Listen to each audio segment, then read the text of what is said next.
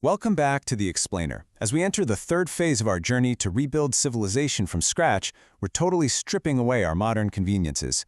We're getting right back to the raw, foundational building blocks of human progress. Okay, let's take a second to recap exactly where we're at, because this sequence really matters. In Episode 1, we introduced our ultimate catalyst, fire. Then, in Episode 2, we covered finding water.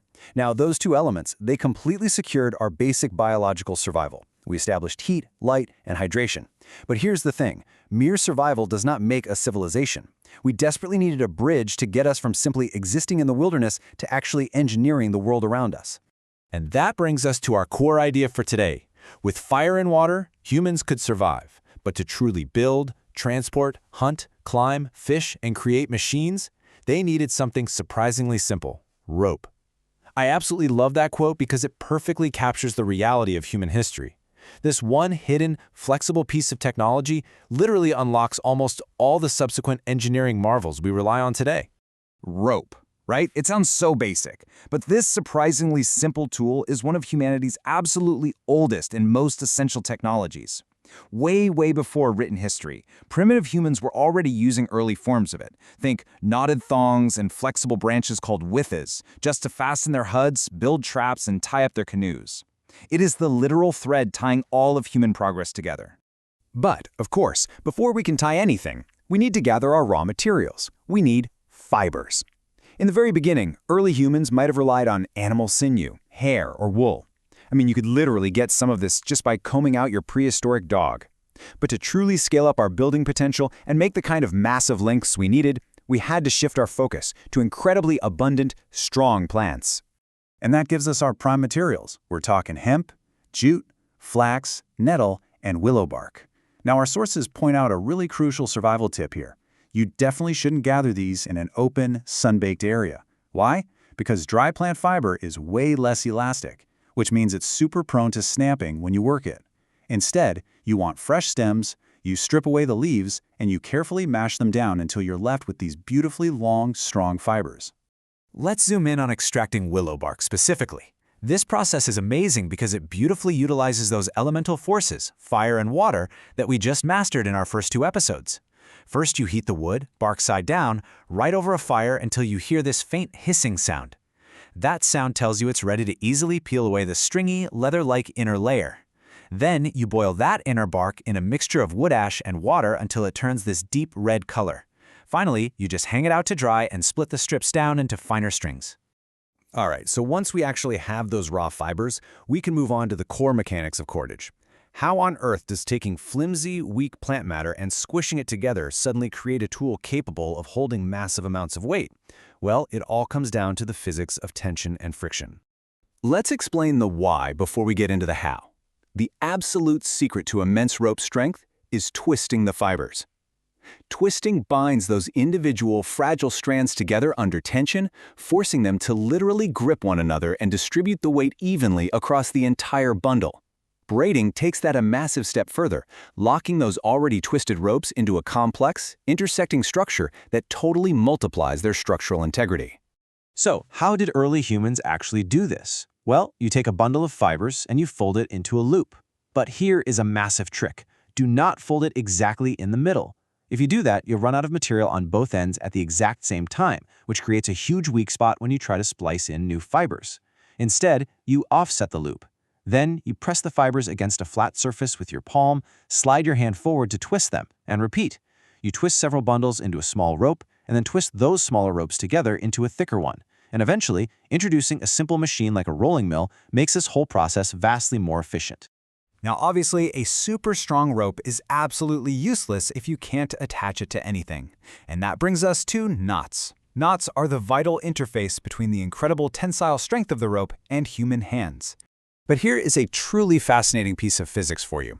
Believe it or not, tying a knot actually inherently deforms and weakens the rope.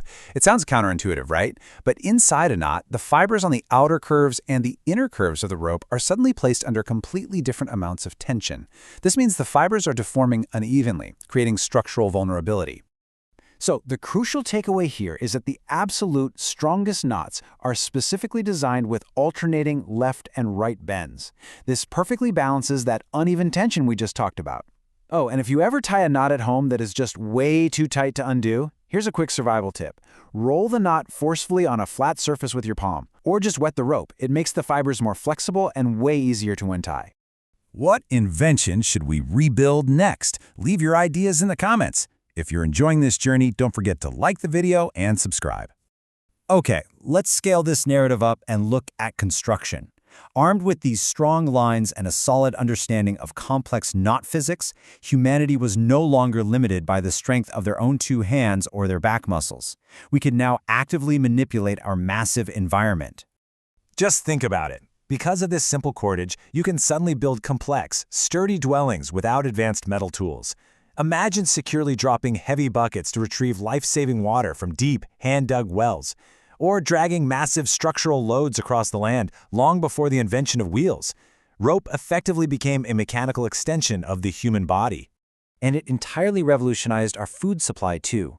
Rope allowed us to weave intricate fishing nets and set complex traps for wild game. We could suddenly secure highly abundant food sources passively. This massively increased our survival prospects, simply because we didn't have to risk direct, hand-to-hand combat with dangerous predators anymore. Which naturally leads us to the next massive evolutionary leap, the pulley. By combining ropes with a mechanical advantage, humans found a way to literally multiply their own physical strength.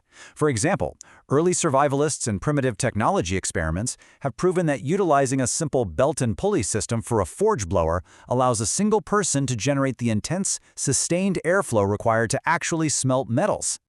And honestly, this is exactly where we cross the threshold into true civilization. Rope wasn't just a basic survival tool anymore. It became the literal connective tissue that built complex human society. Just look at how brilliantly this transition played out.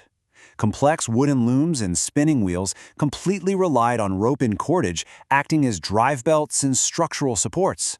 This machinery allowed for the mass production of fabrics, clothing, and textiles, providing affordable gear to protect entire populations from the elements.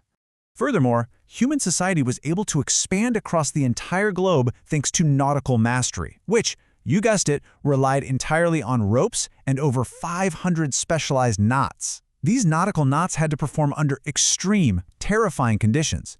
They were carrying multi-ton loads to furl sails and more boats, yet they had to remain easy to untie by a freezing sailor climbing a mast in the pitch dark during a pitching torrential storm.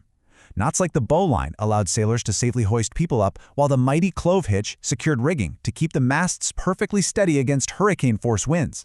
So to really see how rope became the ultimate hidden foundation of our modern world, we just need to look at our 5 key takeaways. Number 1, we learned how to extract raw natural fibers from plants utilizing fire and water. Number 2, we explored how twisting those fibers binds them together for incredible tensile strength. Number 3, we uncovered the uneven tension physics hiding inside knots. Number 4, we saw how ropes enabled mechanical pulleys to multiply human power.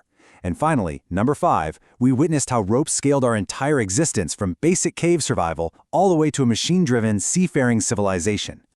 We've successfully bound our world together, setting the perfect stage for what comes next. Next episode, we'll shape stone into humanity's first true tools. But before we go, I want you to think about this. If all the ropes, cords, and cables suddenly vanished from our modern world tomorrow, how long do you really think our advanced civilization would survive?